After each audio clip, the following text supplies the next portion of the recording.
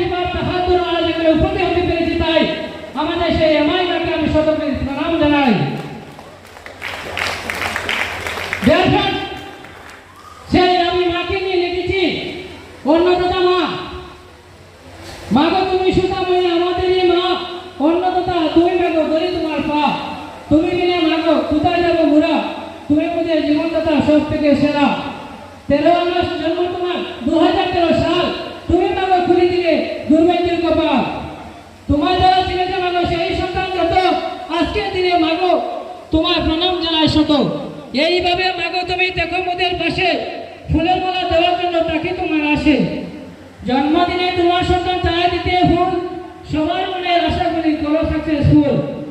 একটু একটু করে মাগো মাথা দেওয়ার মতো নাইকে কিছু শ্রদ্ধাঞ্জলি ছাড়া।